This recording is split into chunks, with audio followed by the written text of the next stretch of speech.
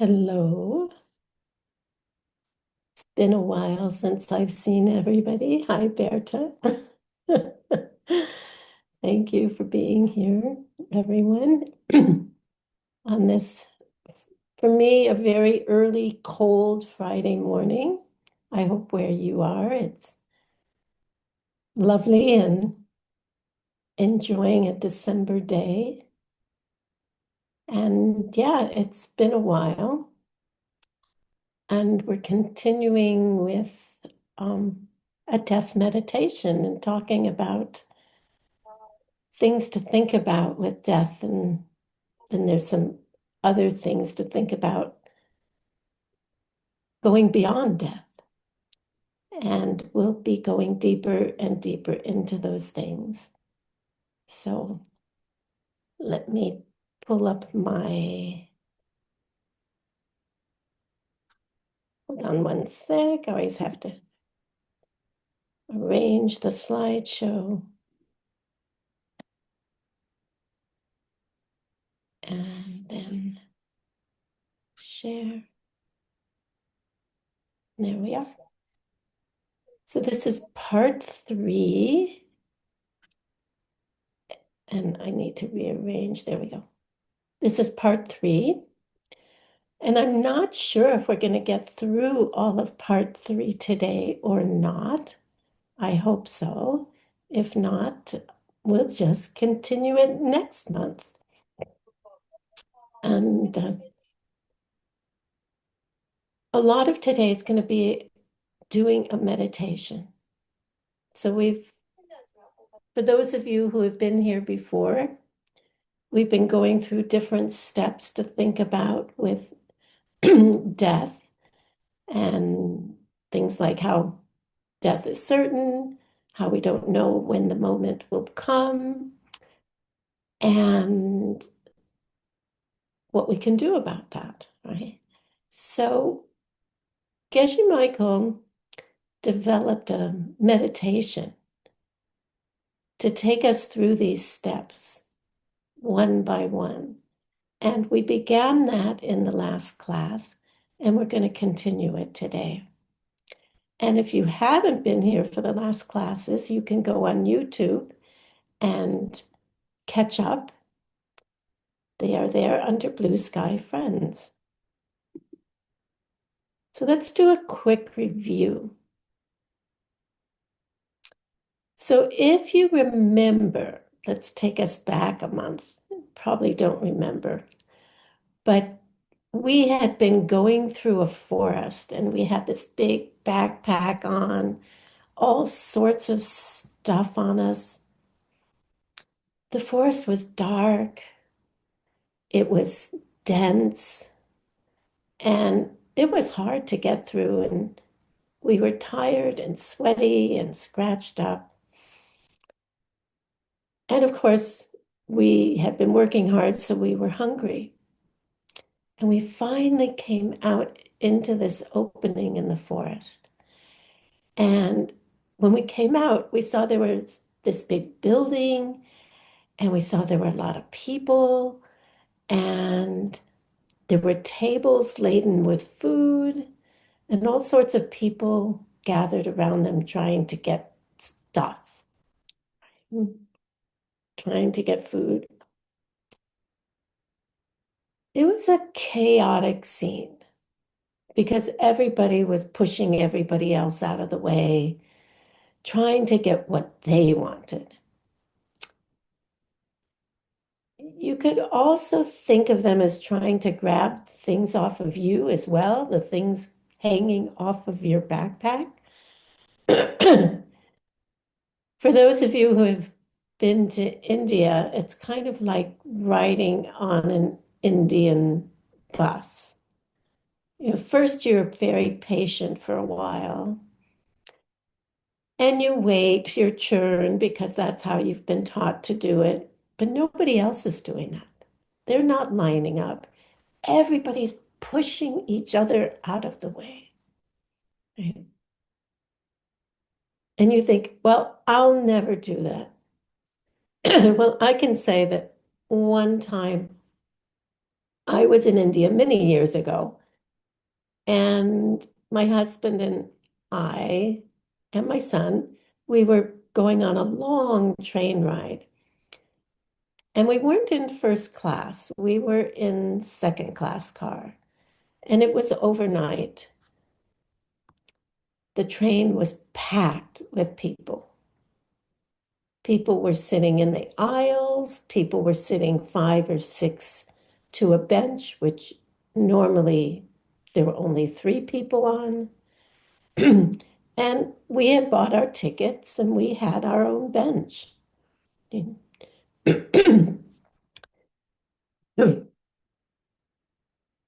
And so what happened was there was this young girl who was sitting on the floor by our feet, and she slowly started to creep up until she was sitting on the bench with us. And that was fine. We could do four people on a bench. And then as the night got longer and longer, she started to take more room and pushing us into a corner. And my husband was right next to her. And eventually, my son was sitting on my lap, and this young woman had like three-quarters of the bench. And at some point, we just were like, okay, this is enough, and pushed her back down onto the floor. Right. So it was like that. It was that. And, I'm embarrassed to say it, but that's what we did. So it was like that. People try to get things from you, you try to get things, and just hurting each other. So that's the scene when we come out of the forest. And then we break out of that scene and we start to go towards the big palace that we saw. And if you remember, there's a moat around the palace with a bridge over it. And so we start to cross that bridge. That's the meditation on the problems of not meditating on death. That whole situation of fighting for what you want and what others want. And then you break out of that and you start to cross the bridge and you start getting rid of all of the baggage you have been carrying. You get rid of, I don't know, I don't have a picture of what's on my backpack right now hanging off that I don't need. Maybe an extra pair of shoes and maybe an extra water bottle and just getting rid of all of this stuff that is hanging off. Getting rid of your old relationships, jobs that aren't working for you, activities that you do. You're just getting rid of them. And that's crossing the bridge. So while you're crossing the bridge, you're throwing all these things off into the water, and you can imagine how much lighter you begin to feel. And so you've divested yourself of all of this heavy weight in your body and in your mind and on your life. And you've crossed the bridge and you look up and there's these scary guys with big knives and they're big warriors, right? I'll slow down. Sorry, you guys. And these big warriors who look really fierce, they're the wrong kind of meditation on death. You don't want to be paralyzed by fear. Right? The purpose of a death meditation is not to be so scared that you just don't get out of bed in the morning. It's not to decide that everything is hopeless or something like that. That's not a death meditation.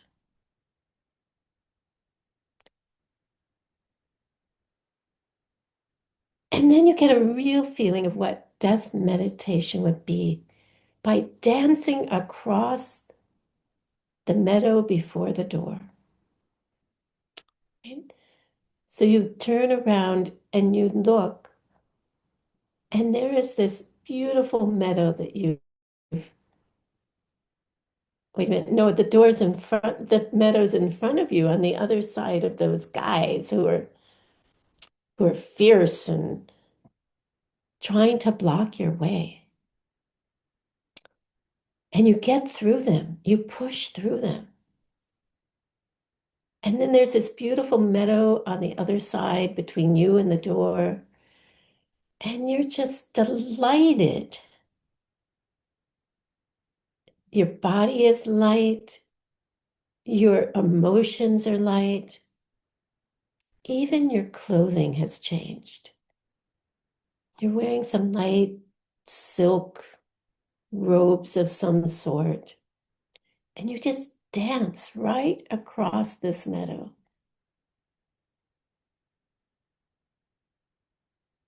It's this feeling of being empowered and the joy of not having too much stuff, whether it's emotional baggage or physical baggage, and knowing that your mind is clear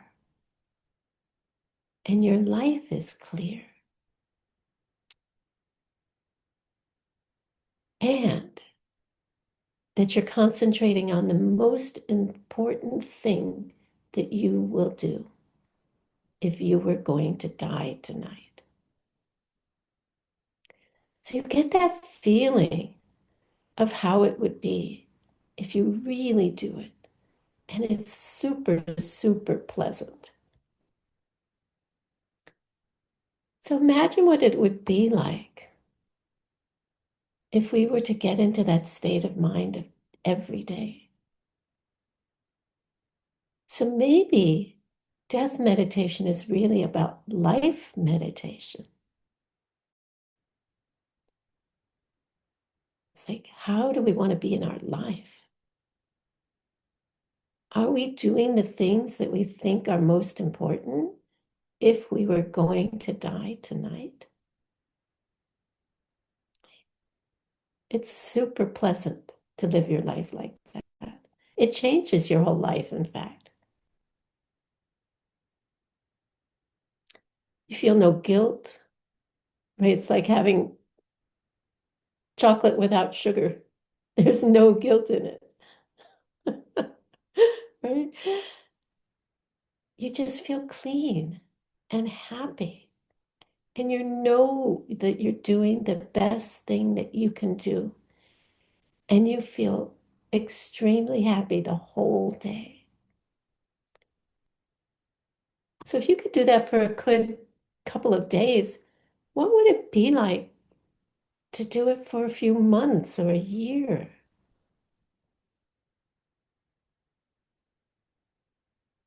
And then the things that you're doing, your activities, they all begin to purify. So you're only doing the most important things and you know it. And you can see the effects of it.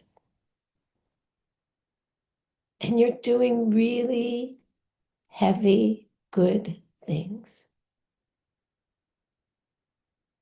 And then the effects on other people and the effects on your own mind are very noticeable.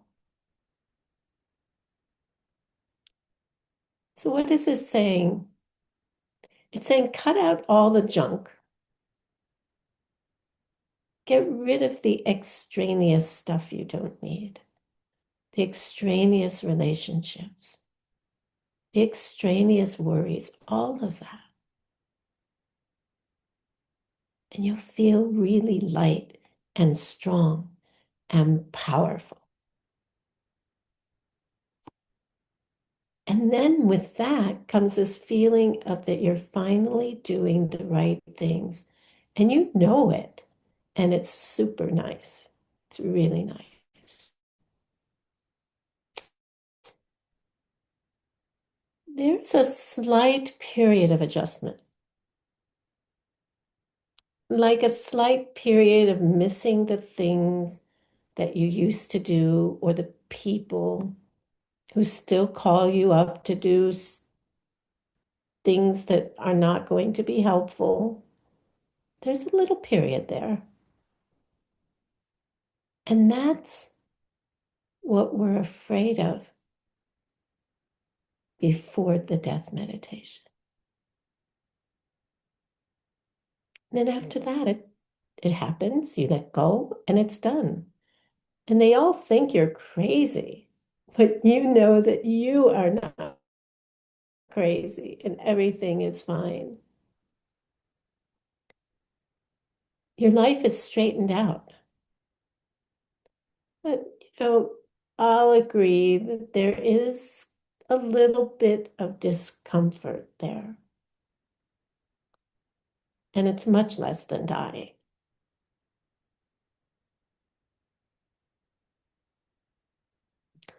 You'd think now it looks pretty serious to you, changing the way you're going to live. But after you get over that, you look back and you think, oh, why was that so difficult? Why was that so hard? That was nothing. You don't even remember all the things that you used to do, and you don't miss them, at least not much at all. It doesn't take more than a few weeks to forget about them. But right now, it looks like it's insurmountable. It looks like this huge mountain that you can't climb. And that if you gave up those things, people wouldn't like you. And people would think you're irresponsible.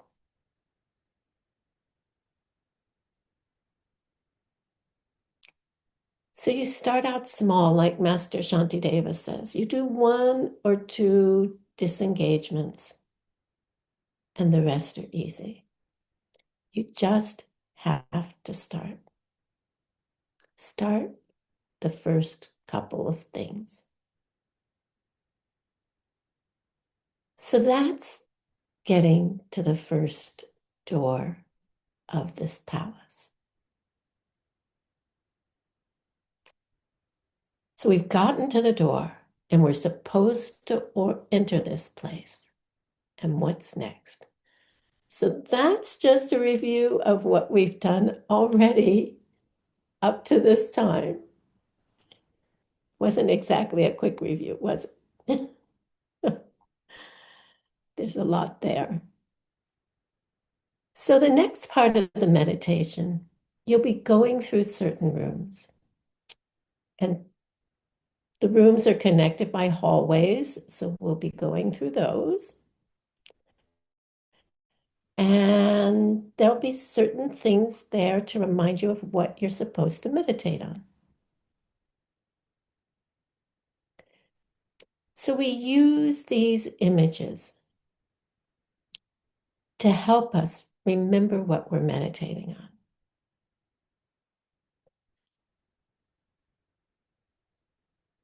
So it's a review meditation.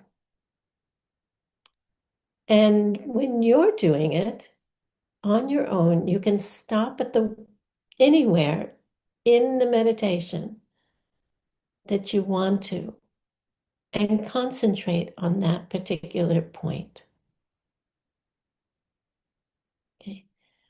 So you see this man just sitting here, he's thinking. It's like, I'm concentrating on that aspect. So it's like a series of exercises. First, we do a shargam. First, we do a review meditation by going through all the different stages in order.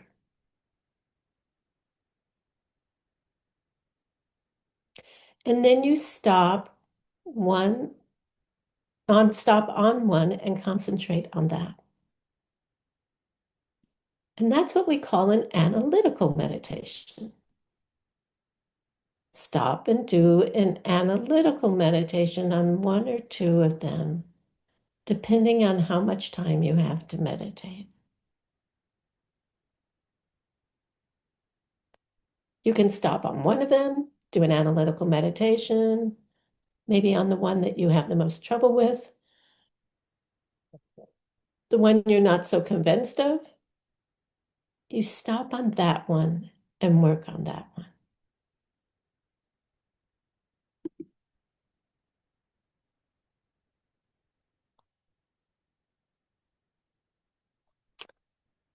We're going to be going through 9 steps of the death meditation. And you're going to think about which one do I really have trouble with?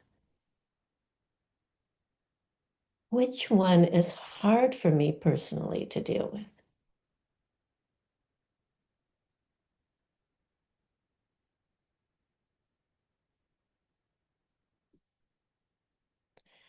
And then you stop at that one and you do an analytical meditation.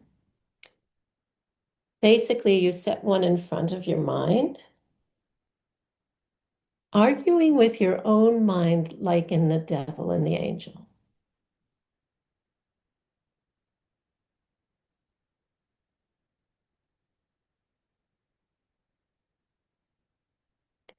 You accuse yourself. You say, you don't really believe you're going to die tonight, do you?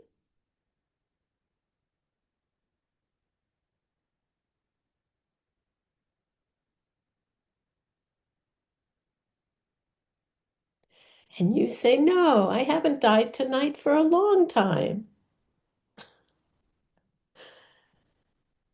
And then you start arguing with each other. Right? And you let the argument go like that.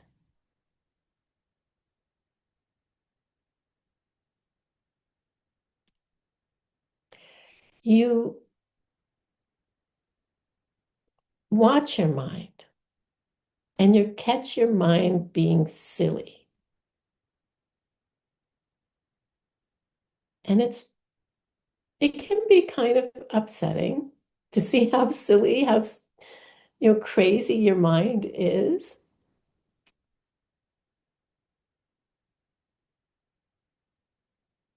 And that's why it's such a good exercise, because we begin to question really what we're thinking.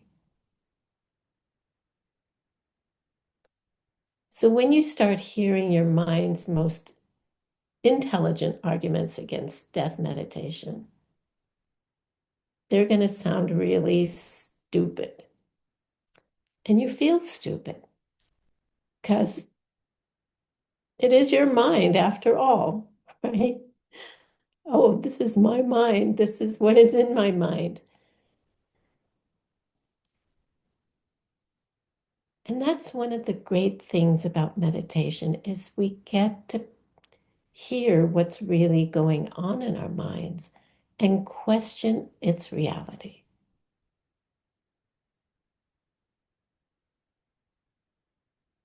Is it true?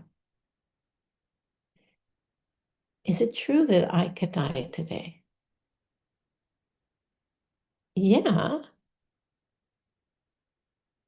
it is, of course. It just happened to somebody else already, right?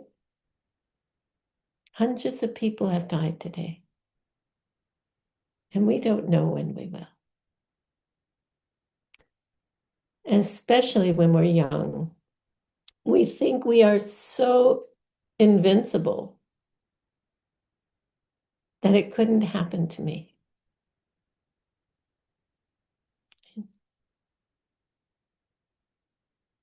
So check that out in your meditation. Is it true?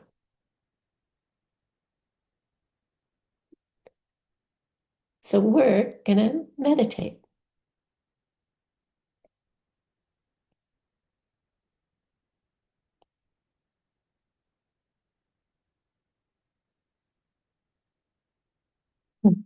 Get ready to meditate.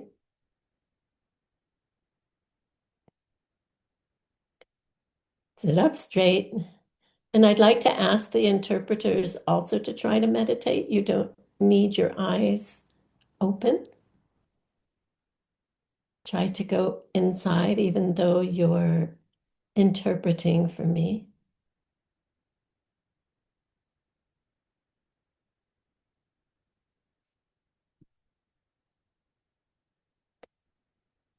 So make your body still, feet on the ground, hands resting in your lap.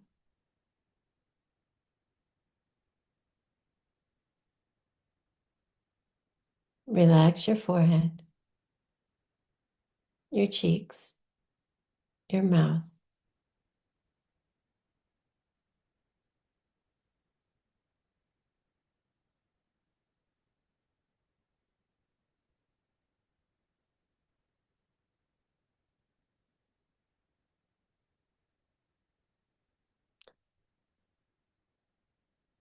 Lift your shoulders up to your ears and roll them onto your back.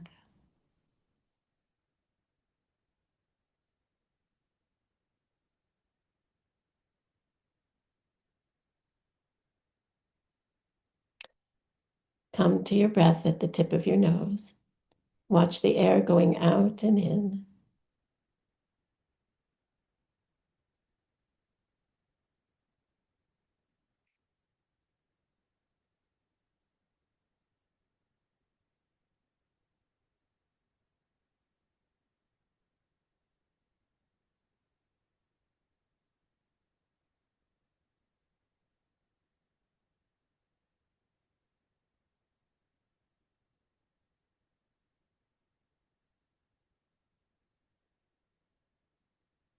The warm air going out, the cooler air coming in.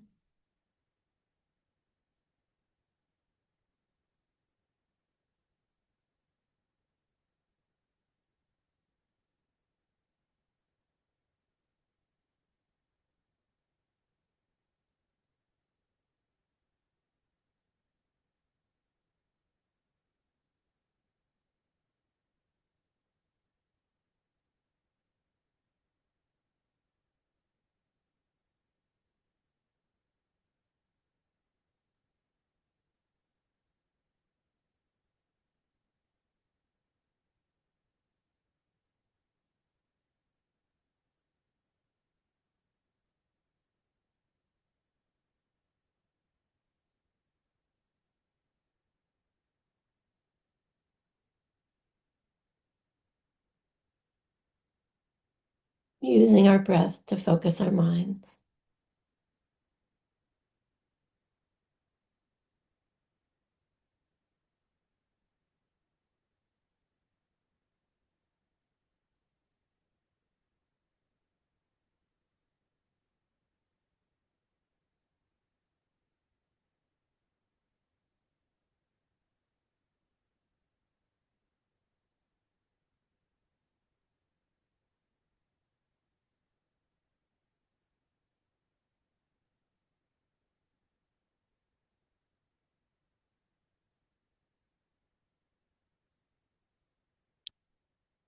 When you have time, it's good to do 100 breaths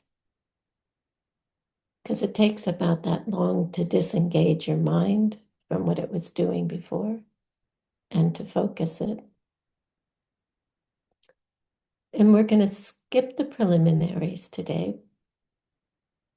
And I'm hoping that you have already done them in your meditation that you did earlier today. But for the sake of time, we're going to skip them.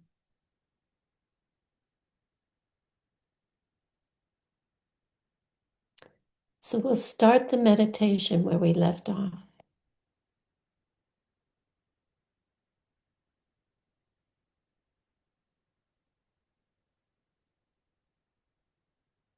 See yourself in front of the door of the building. The building is made of adobe or earth bricks, something like that.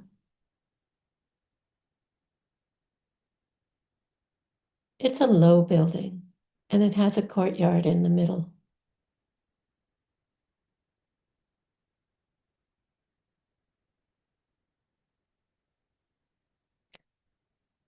There are quite a few rooms that you have to go through to get to the courtyard.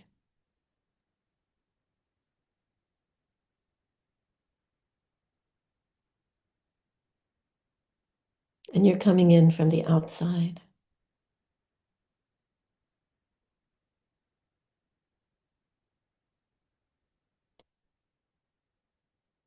You came over the drawbridge. You came across the meadow. And now you're at the first door.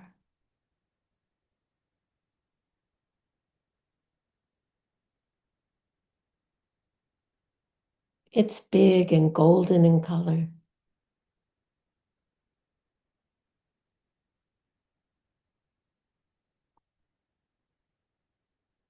You turn the handle and go inside. And it's cool inside.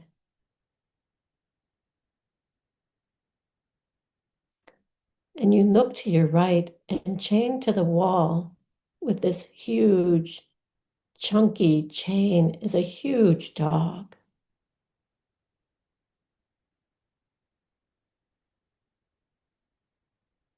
This dog is so huge that when he's standing, he reaches your shoulder. He's like the nastiest German shepherd or pit bull that you ever met. Big and tall.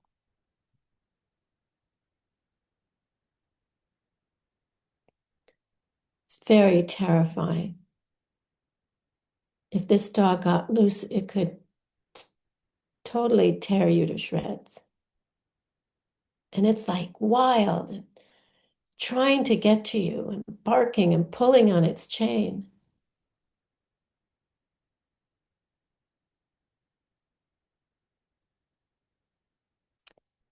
That represents the first part of the meditation on the certainty of death, that death is unstoppable.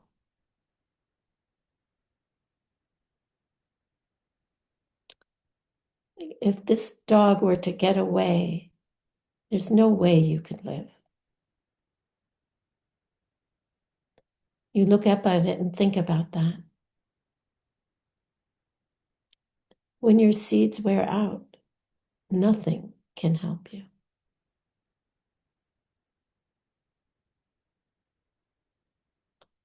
So see this dog lunging at you and think about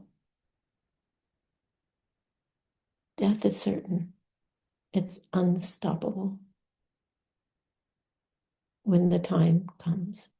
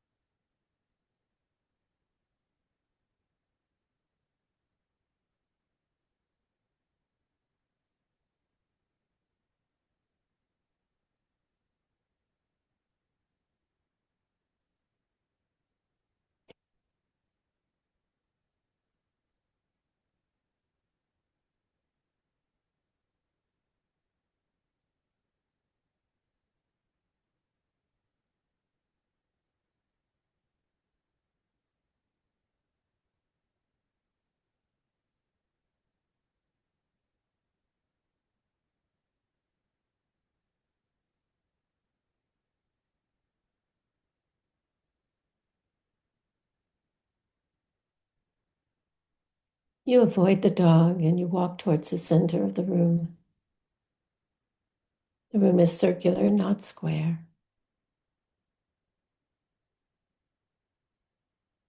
You go straight across the center. And right there, there's a waist-high stand. And on the stand is an hourglass.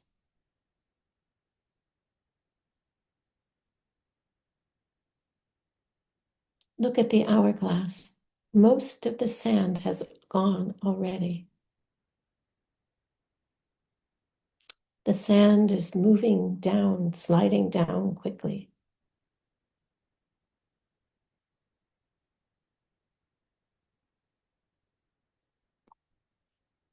And this represents the second step, or the second justification for the meditation that death is certain. You're looking at the time of your life. It's flying by, and nothing can stop that flow.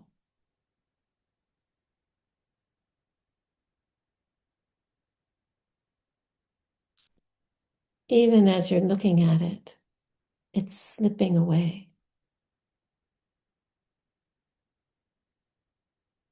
So get a sense of your life flowing on.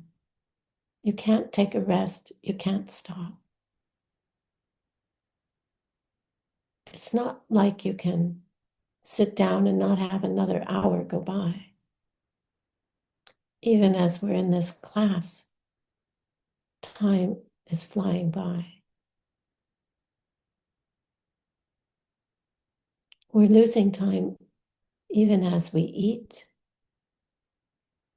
as we hang out with our friends, as we work, as we go to class.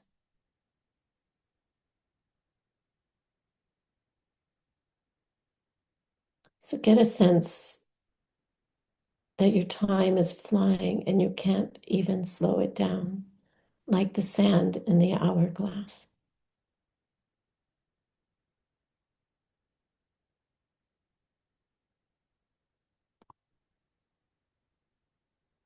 No rest, no time to stop. And even while you sleep, you're moving closer to death.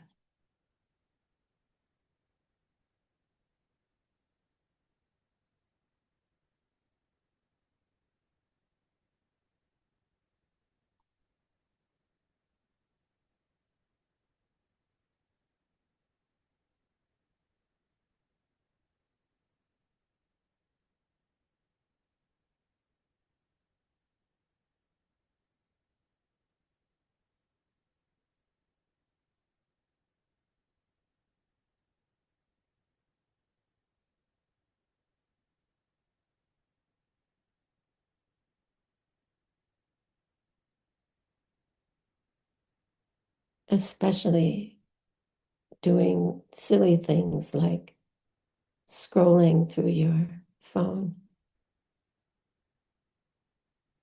wasting our time, time that we don't have to waste.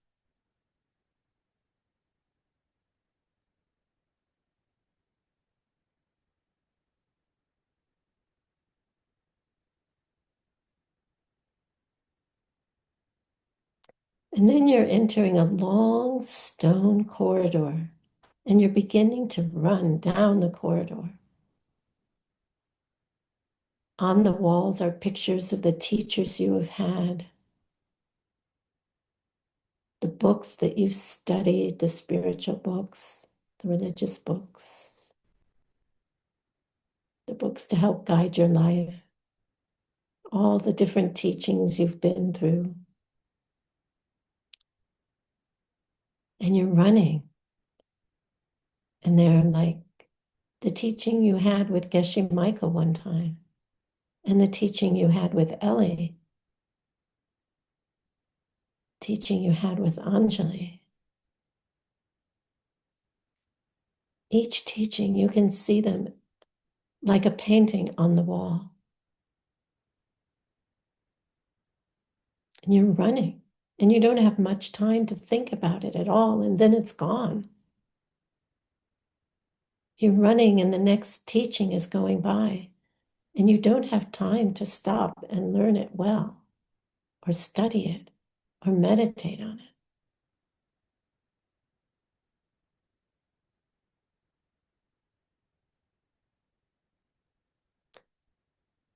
You're running on to the next thing, and the thing is already gone. Imagine Think about some of the teachings you've had, how little time you've had to think about them, or study them carefully, or meditate on them properly, or do retreat on them.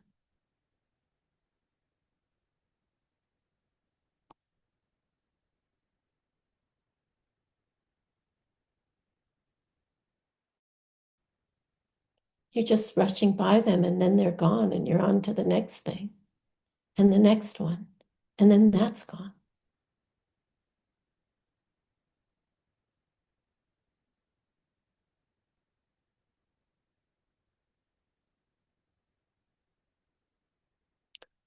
This represents the fact that even while you're alive, you have so little time to study important spiritual things.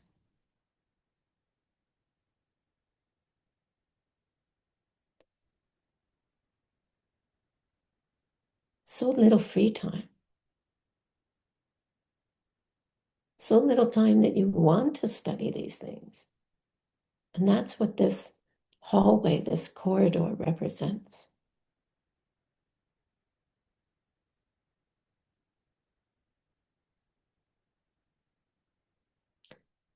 So these are just easy ways to remember the three parts of the meditation on the certainty of death.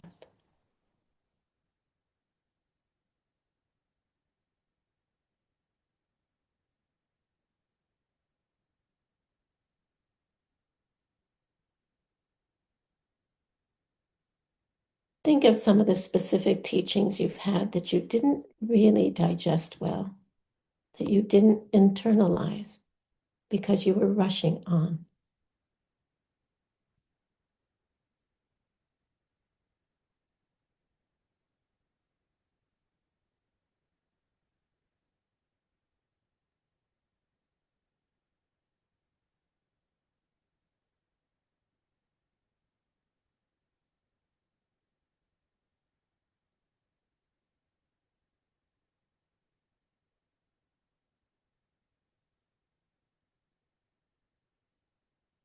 Now we have 6 parts of the meditation. 3 that were like a preliminary or a warm-up.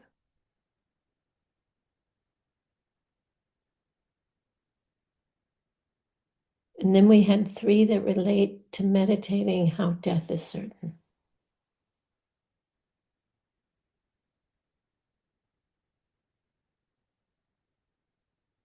The first 3 were coming out of the forest loaded down, fighting for the food at the table, which is what's wrong about not thinking about death.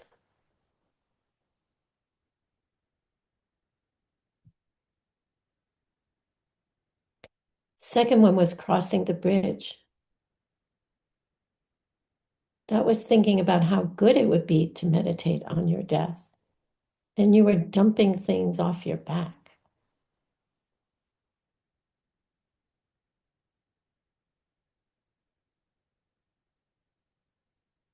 And then you passed the wrong idea about death meditation and went into the right one, which is like a freedom to do what you always wanted to do, spiritually speaking.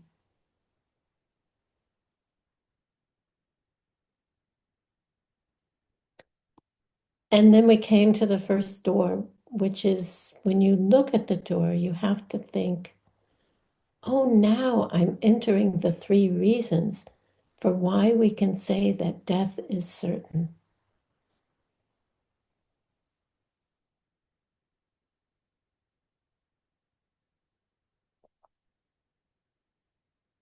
And then you entered the door and there's a dog on the right, and that's the death is unstoppable.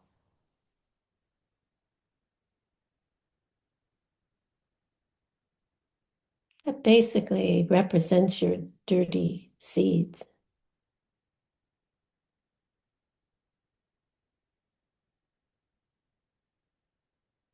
And then you move on towards the center of the room. It's a circular room, and there's an hourglass on a table there.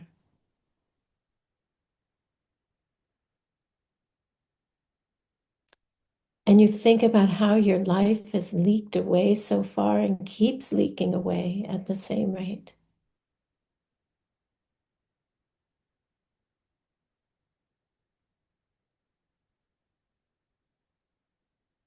You can't even slow it down.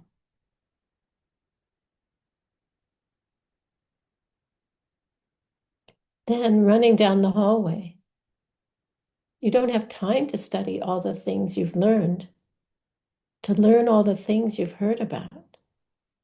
No time to meditate on them anyway. And that's the end of the first of the three big divisions on a death meditation.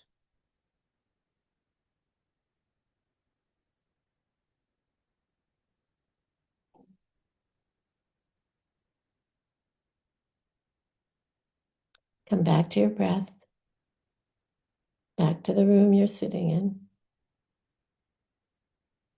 3 long exhales. Open your eyes and stretch when you're ready.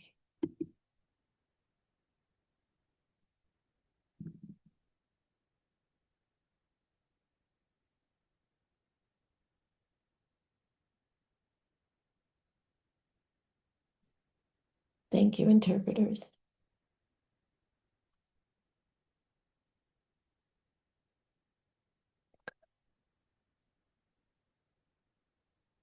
So we've reached the second major principle behind death meditation. The first one was that you're going to die. And then that had 3 parts. So if you visualize it as this building with all these kinds of things, it's much easier to go through all of the different points. The big dog, that's, I can't stop death.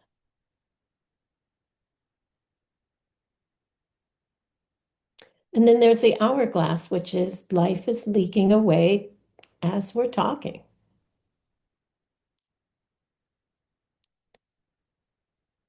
Then the third one is you're running down the hall and you don't have time to look at anything. And that's like even when you're alive, you don't have time to study.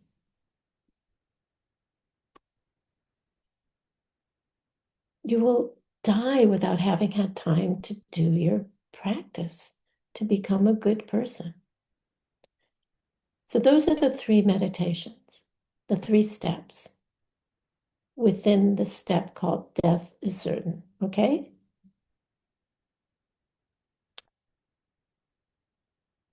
And now we're going to reach the second one, which is what?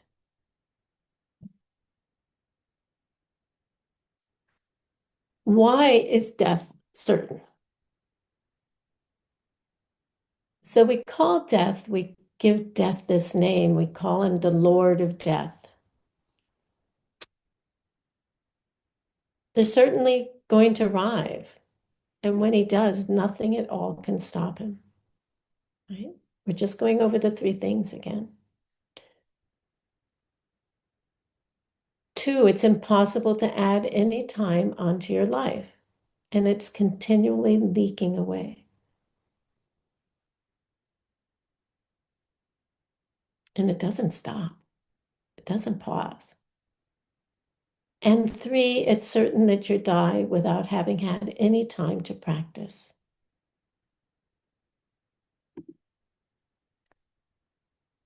So the 3 reasons behind the second principle of the death meditation and the second death principle, if you remember 2 months ago, was that there's no certainty when we will die.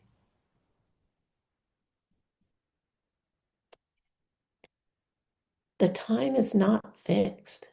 It's not certain. So the 3 reasons are here on this continent where we live, lifetimes are anything but fixed.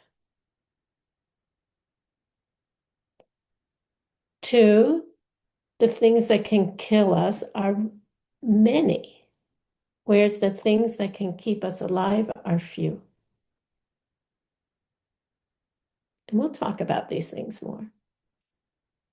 And three, our bodies are extremely fragile.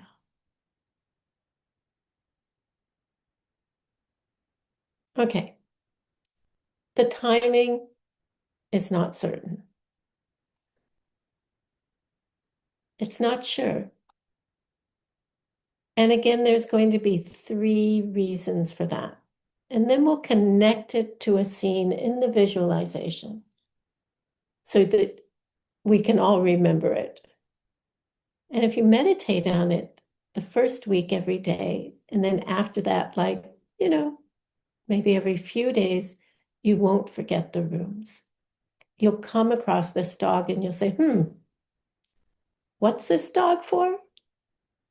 And then you'll remember after a while. So it's a really good way to train your mind. So here's the first one. So think about reality, our life, as a broad light spectrum. There's all different kinds of light on the light spectrum, right? Like ultraviolet light and infrared light and everything in between. There's colors, there's X-rays, there's all these kinds of things. And think about the level where you are as one little slice of the spectrum.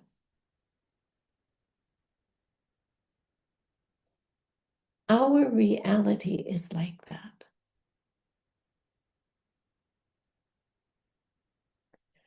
There are thousands of other realities going on in parallel to this one, like an animal's reality, one that we can see and know. So we're just in one little slice of reality.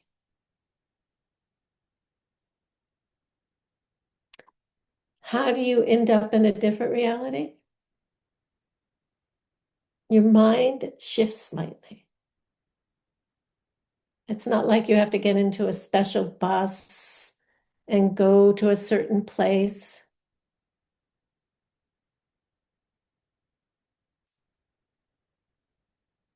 Like, do you take a bus to paradise? Is it a separate place? It's just a different perception. So we could go to any one of those other realities, those levels, in the next 10 minutes. And in our particular slice of reality, our particular slice of the spectrum, life is not fixed. There's no fixed number of years.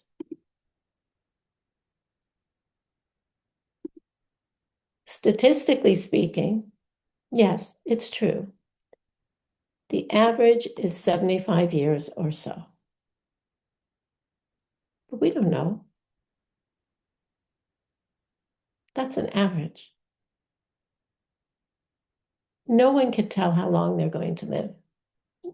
Nobody can even give you an indication about how long you're going to live. Good people die young. Bad people die old. It's unpredictable, totally unpredictable. And when we get to this in the meditation, we'll put an average life expectancy notebook in the dead person's hand. The main thing here is forget the thing about average life expectancy. You can't expect to live exactly as long as your as you want, right? It's forced on you by the seeds that you have planted in your life. And that's unpredictable.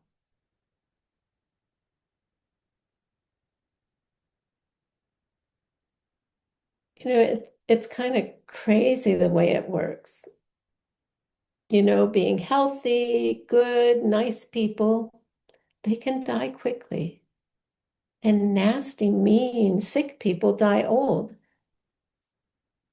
And that's the way it is in this spectrum. So forget about an average lifespan.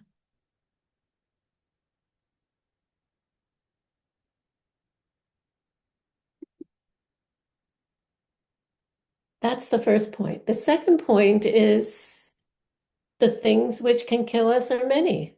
The things which sustain us are few.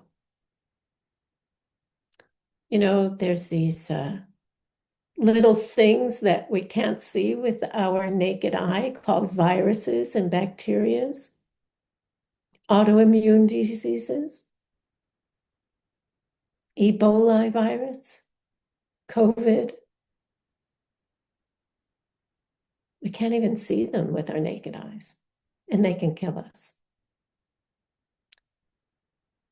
And then there are inanimate things, things external to our body. Things like food, cars, stairs that you fall down, thorns, right? And then there are the elements which make up our bodies.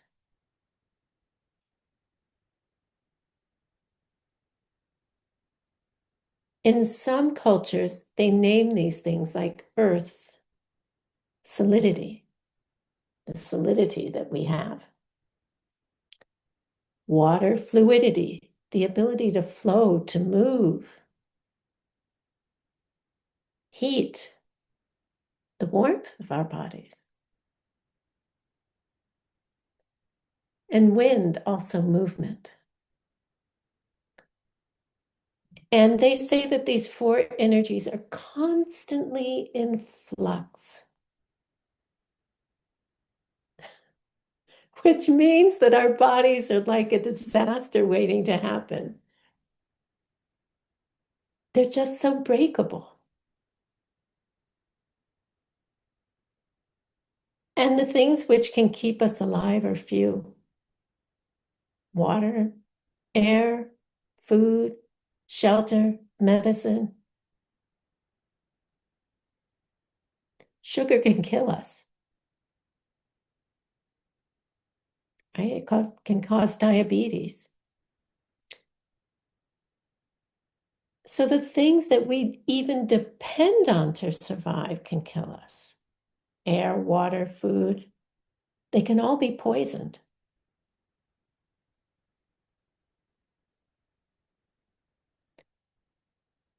And because of seeds, these things can become such that they don't sustain us, that they can't sustain us. So what they're saying here is, if you don't die from the inside, meaning one of our organs doesn't malfunction and kill us, then something outside us will kill us. And it's very possible to be something that we spend a lot of money to buy, like a car.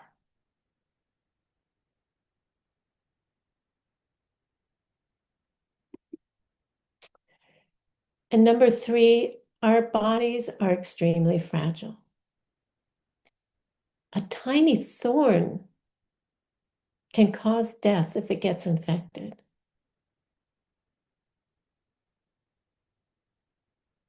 So no matter how healthy we seem to be, how sick you seem to be, we're only 4 minutes from death. 4 minutes without air. And the miracle is that it hasn't happened yet.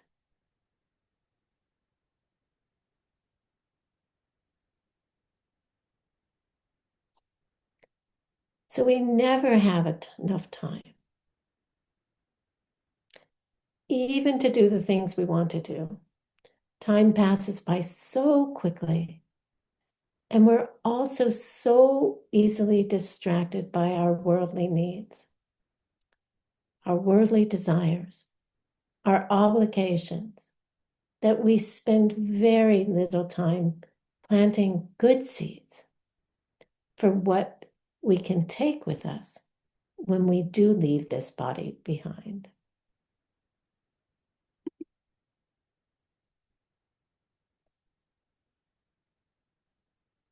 And I'm going to leave it there. Our hour is up.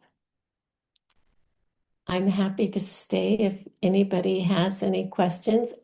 And I didn't finish today's class, so we will continue it on January something or other, the first Friday in January. We'll continue our meditation on death and what we can do about it. Plant the seeds so that you have the thoughts in your mind in your daily life that you want to hear in your mind. And that's what you will have to take with you when you die.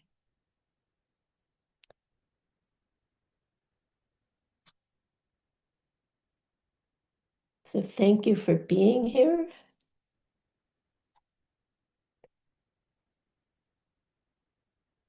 Anybody have any questions or comments?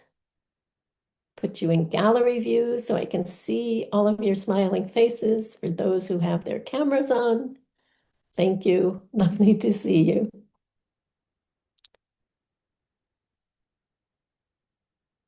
No questions? So I encourage you, I will put this up on YouTube as soon as I can.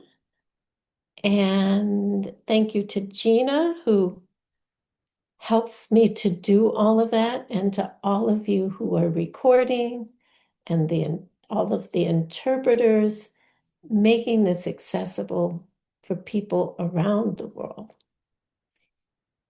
We all really, really appreciate all the hard work that you do. And share this knowledge with your friends and your communities, right? It's important. And that's why we're doing this. And then next week, I don't know, maybe I'll see some of you in Kyoto. I will be going to Kyoto, so I hope to see some of you there. Just exciting. And hopefully the rest of you online as well, for those who can't make it in person. And next Friday morning at this time, I think I'll check with Anjali to make sure it doesn't clash with the teachings in Kyoto, with the Five Houses teachings. I believe Anjali will be continuing her course about working with your own grief, about all sorts of things, not just around those who have died, for yourself and for others. And then on one last note, I'd like to dedicate today's teaching to my friend, and I think many of you or some of you know her here, Cynthiane E. Her mother is in the process of leaving this world at this moment. And so I'd like to dedicate today's class to her and to Cynthiane and her family. So let's just take a moment to send them some loving light, to embrace them as they go through this journey.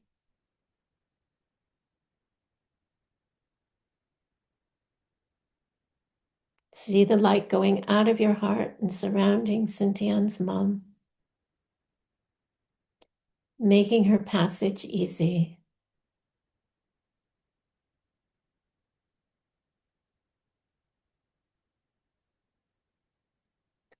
And that light expands to include Xintian and Su Gang and their children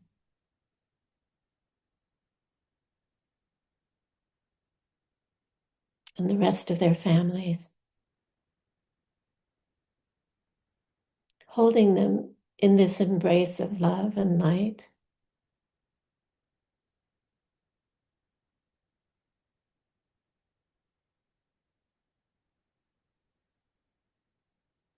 Holding their sadness,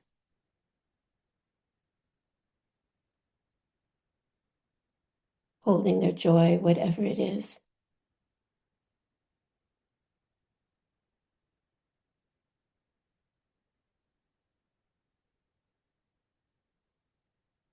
And they feel our love, all of them,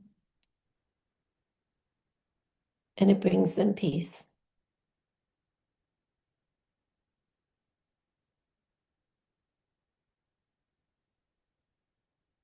Thank you.